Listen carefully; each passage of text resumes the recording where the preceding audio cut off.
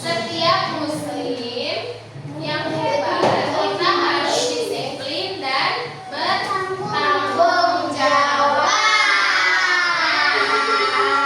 Kita akan kegiatan hari ini kita akan belajar dan membedakan bagaimana sikap disiplin dan tidak disiplin. Terus membedakan bagaimana sikap bertanggung jawab dan tidak bertanggung jawab. Selanjutnya, oke. Nah, sebelum kita memulai, kita akan ice breaking dulu. Ya, ice breaking, konsentrasi. Ayo konsentrasi. Konsentrasi. Ayo dimulai. Oke, kalau sudah dimulai, singkatnya gini. CTRL Ya, Maul yang betul. singkatnya itu. Duduknya yang betul. Nah, selanjutnya Sia dan Oke. Nah, selanjutnya kalian tahu nggak sih sikap disiplin itu yang kayak gimana, Rehan? Sikap disiplin itu yang kayak gimana? Buang sampah pada tempatnya. Iya kan, teman-teman sampah kan di tong sampah semua, betul? Buang sampah pada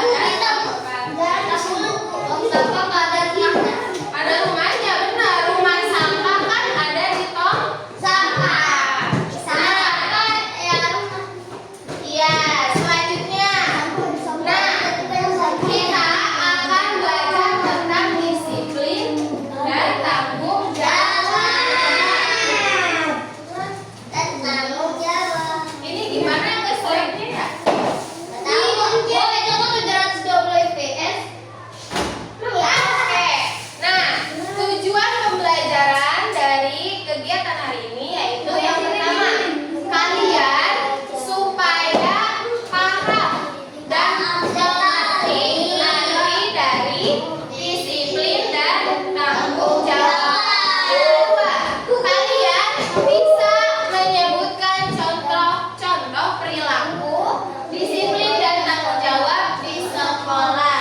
Yang ketiga, kalian bisa menerapkan sikap disiplin ini dan tanggung jawab pada kehidupan sehari-hari.